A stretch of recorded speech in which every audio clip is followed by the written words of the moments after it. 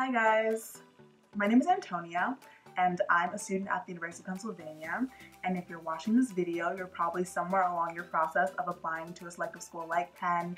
And with everything happening in the media right now, as far as all the scandals, I feel like it can make it seem like doing hard work and research, it just isn't enough to get into your dream school. And I'm really just here to make this video to say that that's really not true. There are certain things that you can do throughout high school and while you're applying that can really increase your chances of getting in, because understanding what admissions is looking for is just as important as getting good grades, in my opinion. And this video can be a really big part of your research process. I'm basically going to tell you all the tips, tricks, and advice that I was given by deans of admission during my process, as well as my high school guidance counselor, that allowed me to get into 3 Ivy Leagues. And I know that there can be a huge gap as far as information that students are given when they're applying. And I really just want to spill all that tea and give everyone an equal chance at this process. And everything that I say in this video is really my experience as far as the conversations that I had with deans and with my counselors, and it allowed me to be successful as well as a lot of the other students that I've told this advice to. And I haven't really seen these tips anywhere on YouTube, so if you're interested, keep on watching. So before I even get into the tips, I want to tell you guys a little bit about my profile, including my SAT scores, GPA, and all my different stats. So when I was applying to college, I was applying as a first-generation prospective college student and a scholarship student at my high school. And what I was not was many of the stereotypical things that many people think a good Ivy League candidate would be. So I was not a legacy kid. I never got a 4.0 in high school. I didn't have perfect SATs. I wasn't one of those serial national award winner kids. I wasn't class president or captain of a sports team. But what I was able to do that got me into these great schools was to craft a unique story about myself that marketed me as a student with unique experiences and perspectives, and someone that shows passion and achievement in a few particular things instead of doing a wide array of things and not making as much impact. So let's get into it. As far as my extracurriculars, the story that I chose to tell to admissions officers revolved around my passion for social justice, international development, and global experiences. So although I did a lot more dabbling in high school as far as my extracurriculars, the only things that I chose to include in my application were things that fit around my story. So I talked about my student government position on equity board, my editor-in-chief position as leadership position, as well as my dance team captain leadership position, and then my 4 main global travel experiences, which were to China to dance, and then 3 international development projects in Peru, Cambodia, and Nigeria. Guys, I really can't stress enough how you don't have to have perfect SAT scores, grades, and be in every extracurricular to get into some of these top schools. So don't stress yourself out thinking about that. Instead, just focus on achieving a lot in the few things that you're passionate about and market yourself as someone who will continue to be excellent in those aspects while in college. So with that, let's get to the tips and tricks. So the first tip really has to do with grades and SAT scores, because I feel like every student really wants to know, like, what are the stats that I need to even be considered to go to these schools. The Dean of Admissions at Penn really explained our admissions process, and I can't imagine that it's that different from many of the other Ivy League schools. So basically, the admissions office is broken down into 20 regional directors, and each regional director is allocated a specific geographic area, and these individuals are the first evaluators of your application.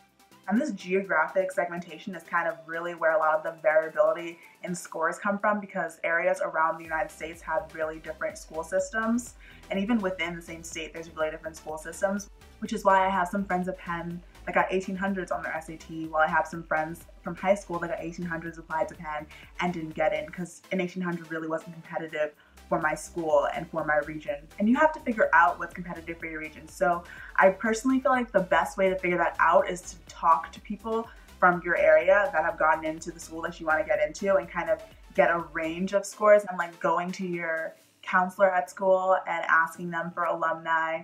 If they don't have any at the school, then the search is kind of up to you. Make a LinkedIn. People are so willing to talk to ambitious high school students. Like, I find it really hard to believe people would just like be turning you down, because I talk to people all the time. Facebook is another good way to find people. Instagram, like, use these social media sites for positive things. So the second strategy that my high school counselor shared with me was pick a less popular intended major. This is like the biggest secret that I will ever share with anyone. It's really the best way to make the admissions process work in your favor. Basically, this is really important because the admissions team really wants to create the most diverse class as possible. And this even means people think of this as in terms of race and gender, but it means in terms of intended major too. And I feel like this is a secret that not a lot of people really know because they don't understand how the admissions process works. But basically, admissions counselors break you down into pools, and you basically want to get yourself into the smallest pool possible. Admissions counselors really want diversity, and they even want diversity of majors because during graduation, when they call all the biology majors, they don't want 50% of the entire class to stand up and go walk. They really want segmentation and equal dispersion. So for example, I applied to Penn as a Spanish major, even though I kind of wanted to do Spanish and biology. I applied as a Spanish major anyway because my guidance counselor explained to me that I put myself into a smaller pool of students than if I were to apply as a biology major, and I would be compared to less students during the evaluation process.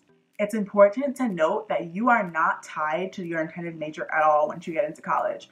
I am now doing something that's completely different than either of those, and you're kind of even expected to change. So I'm not even sure why they do it that way, but it's definitely a good strategy because it worked for me. Other smaller majors that you might want to try are things that are less popular, like anthropology, sociology, Spanish, French, other languages, things that you want to stay away from if you are trying to use a strategy like this: economics, biology, chemistry, and also applying as a woman to male-dominated majors will put you in a smaller pool as well. So the third tip, and probably one of the most important tips, is show that you're interested and show that you would fit. Guys, this tip is so important. I remember being in high school and the dean of admissions literally came to my school, sat 4 of us down in a room, and I just asked him at the beginning, I was like, so if I have the grades, how can I make sure that I get into UPenn? And he was like, show me in your essays that you're passionate about UPenn and explain to me the impact that you would have. The only way you can really do this is if you know the school. So I talked about how I got into 3 schools. I also got waitlisted at 2 other schools. And those were the schools, interestingly enough, that I didn't really want to go to, so I didn't put that much effort into my essays. I kind of said silly things like, I remember writing my Dartmouth one, and I was like, oh, I really excel in urban environments. There is no urban environment in Dartmouth. Like, that didn't make any sense. You probably read my essay and they're like, this girl is just using us for like a backup or something. Even the waitlist doesn't necessarily mean that you weren't academically good enough to attend the school. It can mean that you didn't convince the admissions officers that if they were to accept you, you would actually go. So they're going to now waitlist you, see if you will write a letter to them explaining how much you really want to get into the school, and then maybe they will accept you. Admissions officers really want the students that they accept to show that they are knowledgeable about the school, because that really shows that you're passionate about the school and that if you were to be invited to attend the school, that you would accept that invitation. And that really translates into their yield. They really want the most amount of students possible that they invite to actually end up going and not choose one of their competitors. So basically, what I understand now from what he said is that my grades were good enough to get in, but I had to prove to the admissions officers who were going to be reading my application that if they were to accept me, I would actually end up going to Penn. And this is because at the end of the day, all of these Ivy League schools are in competition with each other to find the best students, and admissions is kind of given the task of keeping that school as selective as possible. And the 2 ways that they do that is through their yield and their acceptance rate, because that would keep the best stats for the university. The 4th tip is to be, what I like to say, pointy instead of wide in your extracurriculars.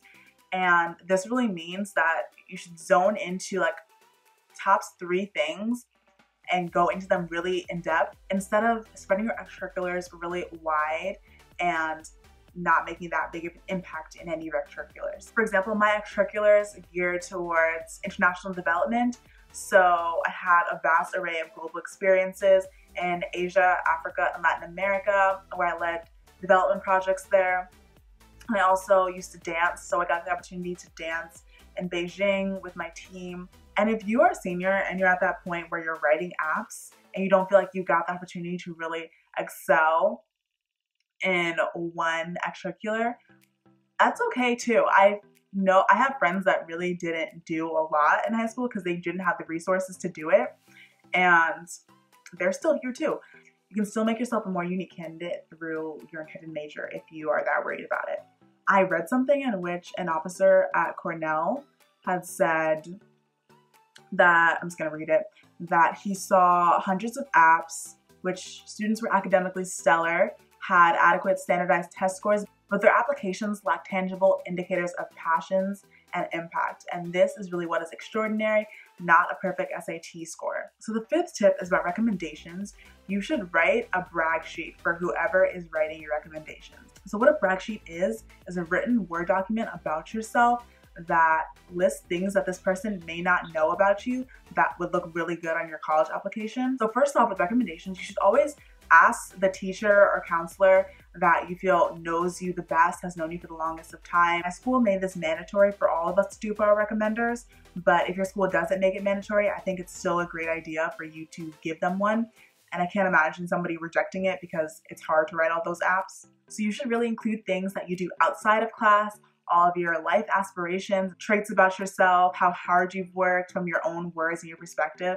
My school even had our parents write our counselors a brag sheet about us so that they could include some of that information in their letters to the schools. And like I said, it really makes their lives as writers easier for them too. So the sixth tip is always, always, always do early action. So there's a difference between early action, early decision, and regular decision. Regular decision will put you in the normal pool with everybody else who's applying. Early action will put you in an earlier pool, and so will early decision. Early decision is binding and early action is not binding. And what that means is that if you get into the school with early decision, you have to go to that school. If you get into school with early action, you're in a smaller pool of applicants, but if you get accepted, you don't have to go to that school. Applying early is great because it puts you in a smaller school. Let's say most of the Ivy Leagues have acceptance rates from like 3 to 12%. It can put you in a pool that will make the acceptance rate like 20%, which will give you a much higher chance of getting in. The only thing with applying early is that you kind of have to accept whatever financial aid package you're given. So financial aid is something that you're concerned about. You have to make sure that if you do apply early, you can still afford it. Applying regular will put you in the main pool with everybody else. I applied regulars all my school. The great thing about applying regular is that you can use your acceptances to barter with other schools. So amongst the Ivy Leagues, let's say I got into Penn and Columbia, I can now go to Columbia and be like, Penn gave me $2,000 less than you did. Can you match that or do better? And most likely they will match it because they want you to actually come to their school. But the gag with the Ivy Leagues is that you can only barter amongst the Ivy Leagues. You can't get into Duke and Penn, even though those are amazing schools, and then say Duke gave you $2,000 because they're not in the same league. Or at least that's what they told me. The seventh and final tip is about your Common App. Start your Common App way ahead of time. I started my Common App the summer of junior year. And my Common App changed incredibly between summer junior year and when I actually started submitting things senior year. It's gonna need multiple revisions by your counselor, your English teacher. Let's cap it at 3 people because it can get really crazy when everybody starts giving their opinions, but it's definitely gonna need time to improve because that is the portion of your application that's really supposed to showcase who you are as a person from your own perspective and really take the admission officer who's reading your application through an emotional journey and really convince them of the type of student that you would be if you were to be accepted. So it really matters a lot. So that's it. I really hope that one of these tips or all these tips can help you spearhead and navigate your own process with success. Please don't be discouraged by things that happen in the media because hard work really does pay off. And these tips work for me as well as the students that I shared them with previously. So I really hope they can work for you too. Ask me questions on social media, ask me questions in the comment section below, and I'll be really quick to respond because I really actually do like helping people with this type of stuff. And if I get at least 1,000 thumbs ups, I can do a response Q&A video where I answer some of your questions in the comments below, which I think will be really fun. So let me know if that's something you guys are interested in, and thank you so much for watching this video. Bye.